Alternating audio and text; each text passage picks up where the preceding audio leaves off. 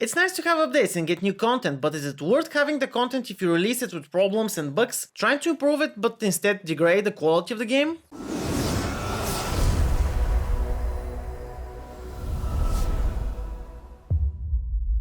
Hey everyone, your friendly fast-talking shot is here, and today I'll be talking about a few problems that I see in the Dauntless development. Everyone has an opinion, and I like to give both criticism and feedback, but those should not be sugar-coated and should be honest, because improvements are made based on negative sides being pointed out and fixed. As I like to say, life is not full of chocolates, pink clouds, and unicorns puking happiness. For everyone new, welcome to my channel of Epic Music and Gaming. Be sure to check my Twitch, where I stream both playing with viewers streams on a variety of games, as well as music composing streams where I make video game soundtracks and epic trailer music live. You can also support me on both the Dauntless and Epic Store by using my creator code. There's a thing I have been calling the Dauntless development problem for quite a while now. Don't get me wrong, the game is great, but it's not perfect, and everyone is entitled to his or her own opinion, and this is mine. The latest update showcases a bit of the problem. New content which gets released with issues that need fixing after going live. Firstly, there was the problem with the new trial store, then we had the issue with the frame rates getting locked to 30 FPS on both consoles and PC. On PC you can fix this by turning on and off the VSync in the game. Thirdly, we still have a bugged God Hand, which has now taken more than a year and a half to be fixed and is still not properly fixed. Let's also not forget that they disabled the entire new store because you could farm as many marks as you wanted when the trials went live, and they needed to fix this, and it still took a lot of time. Some of these issues I can attribute to the game moving to the new Unreal Engine version, but if you plan to update the engine and release new content, do things properly.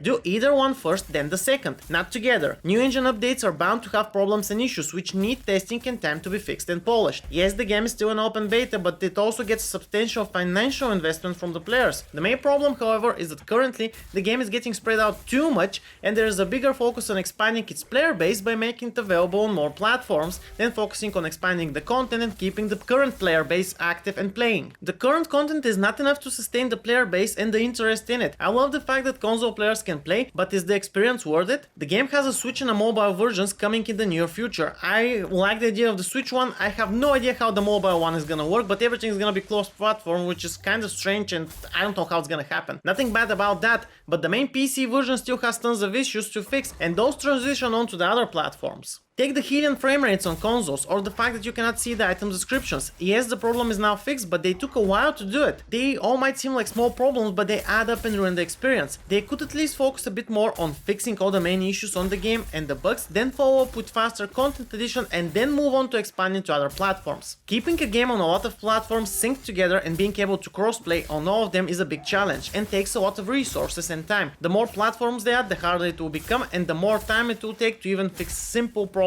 and bugs. That is why it's better to have a stable, properly working core version like the PC one and then port it to the other ones. I'm not saying to do it like Monster Hunter World and delay it for the other platforms. I'm suggesting that they give it more internal testing before throwing it out to the users and porting it to the other consoles. Now let's talk about the other part of the problem. Content release. More or less the development for other platforms is eating away the resources and manpower that can work on getting more content out and balancing the current content. Some will argue that there are different teams developing different parts of the game, a team responsible for the console expansion, a team for the behemoth development, and etc. But Phoenix Labs is not a AAA title studio, and I'm positive that each member of their team assists the other people responsible for something else. This is not Blizzard or Bethesda, having teams responsible for the current iteration of the game, a team responsible for expanding the platforms, and a team responsible for the future DLCs.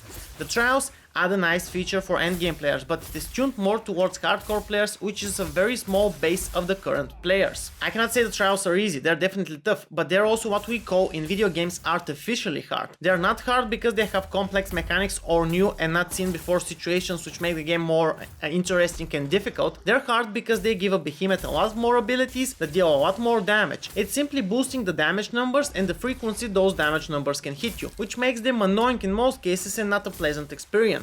The game needs more additions to the endgame behemoths like Shroud or Zachary, as well as more depth to the armors and weapons. This way you open up the interest to the not so hardcore player base and give them something to do and not get easily bored. I hope that Phoenix Labs can focus a bit more on making new behemoths based on new models and movesets rather than the current ones. We have not seen a new model for quite a while now. Riftstalker is based on Embermane, Valomir on Drask, Boreas on Pangar/Hylian, and they in turn are based on Gnasher. New models would add new mechanics, new animations, new moves, new abilities, possibilities and above all else new challenges and entertainment for the users. Yes, they take longer and are harder to develop, but they open up more possibilities in the long run. They can also release them and fine-tune them with the players. I mean, we're getting not fully optimized released anyway, so I doubt anyone will be mad if they get a new behemoth which is getting finalized thanks to the player feedback. It is an open beta, so that's kind of part of open beta for some situations, and it works out well in most scenarios. The loadouts have been mentioned for a few months now, and they are still not out, which is a feature heavily requested by the users and extremely needed. The Hunt Pass rewards are also getting pretty bleached and falling behind the extra shop items. If you look through the couple last Hunt Passes, you will notice that cosmetics rewards from the Hunt Pass progress are a lot more ugly and unappealing compared to the ones you can buy from the store during the Hunt Pass. Until the end of the year there are 5 months. I sincerely hope that by that time they add the 7th weapon they announced on the roadmap, they push out the Darstorm Claw and Curse the Deep Drask, they add one more exotic, they give us at least 2 new behemoths which have nothing to do with the previous ones, and they focus on expanding the content before expanding the audience. Dauntless has a good player base, try to keep it rather than artificially increase it and then lose more than you have won. Be sure to share what you think and with me down below in the comment section and what your opinion is on the whole matter. Thanks as always for watching, give the video a like or a dislike as you see fit. Remember to subscribe to the channel if you wish to see more content like this. This is everything from me for this video, see you in the next one,